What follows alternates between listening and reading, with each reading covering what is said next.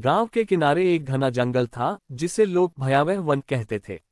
वहां जाने की हिम्मत कोई नहीं करता था क्योंकि कहते थे कि रात के समय वहां से अजीबोगरीब आवाजें आती थीं। गांव में एक बूढ़ा तांत्रिक रहता था, बाबा अग्निदेव। उसकी रहस्यमयी शक्तियों के किस्से दूर दूर तक मशहूर थे। लोग कहते थे कि वह आत्माओं से बात कर सकता है और जादुई मंत्रों का ज्ञान रखता है। एक दिन गांव के कुछ लड़कों ने हिम्मत करके जंगल में जाने का फैसला किया।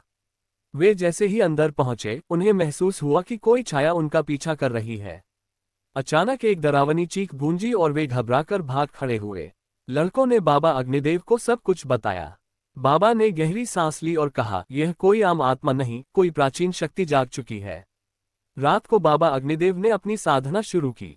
मंत्रों के उच्चारण के साथ ही हवा तेज हो गई और जंगल से एक काली परछाई प्रकट हुई।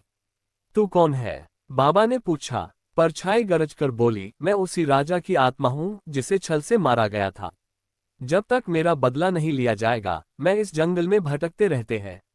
बाबा अग्निदेव ने गांव के बुजुर्गों से उस राजा की कहानी सुनी और पता लगाया कि उसके खजाने को किसी ने धोखे से हथिया लिया था। उन्होंने तंत्र मंत्र के जरिए सही स्थान का पता लगाया और राजा की आत्मा से कहा, अब तुम्हारा बदला पूरा होगा। जब खोया हुआ खजाना जमीन से निकला और राजा के मंदिर में चढ़ाया गया, तब आत्मा शांति पाकर विलीन हो गई। उस दिन के बाद से जंगल शांत हो गया और बाबा अग्निदेव की रहस्यमयी शक्ति का असर पूरे गांव में महसूस किया जाने लगा। लोग कहते हैं कि बाबा अब भी गांव की रक्षा करते हैं, पर उन्हें कभी किसी ने देखा नहीं। A few moments later, 2000 years later. गांव के बाहरी छोर पर एक पुरानी हवेली थी जिसे लोग अदृश्य महल कहते थे।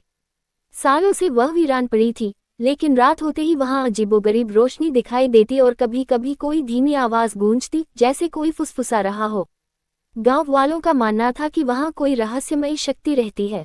कुछ कहते कि वह किसी प्राचीन आत्मा का वास है, तो कुछ मानते कि वह कोई गुप्त तांत्रिक स्थान था। लेकिन सच क्या था, यह कोई नहीं जानता था।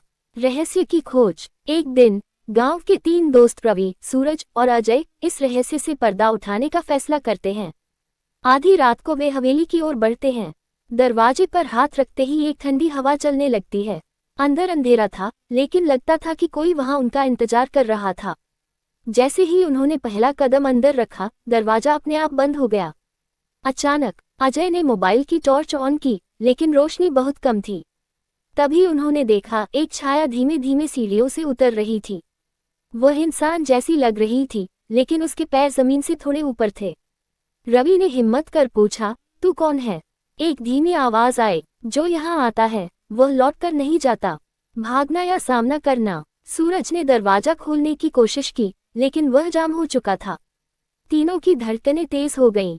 तभी एक औरत की परछाई दिखी, जिसने कहा, अगर तुम यहाँ आए हो तो मेरे रहस्य को जानकर ही जाओगे। अचानक हवेली की दीवारों पर प्राचीन चित्र उभर आए। वे दिखा रहे थे कि सैकड़ों साल पहले ये हवेली एक तांत्रिक विद्या का केंद्र थी, लेकिन एक शक्तिशाली तांत्रिक ने गलत साधना कर अपने प्राण खो दिए थे। तब से उसकी आत्मा यहाँ भटक रही थी। रवि ने डरते हुए पूछा, हम क्या करें? आत्मा बोली, इस हवेली के नीचे एक कक्ष है जहाँ मेरी आत्मा बंधी हुई है। उसे मुक्त कर दो, तभी यह स्थान शांत होगा। तीनों ने मिलकर फर्श की एक टूटी लकड़ी हटाई तो नीचे एक गुप्त दरवाजा निकला। वहां एक पुराना दीपक जल रहा था। जैसे ही उन्होंने वह दीपक बुझाया, हवेली अचानक कांपने लगी। एक भयंकर चीख गूंजी और फिर सब कुछ शांत हो गया। दरवाजा अपने आप खुल गया और तीनों तेजी से बाहर भागे। अगली सुबह जब गांव वालों ने हवेली को देखा, तो वह अब एक सामान्य पुरानी इमारत लग रही थी। कोई अजीब रोशनी, कोई आवाज नहीं। लेकिन कुछ लोग कहते हैं कि आधी रात को अब भी वहां एक परछाई देखी जाती है। शायद वह तांत्रिक अभी भी कहीं आसपास है।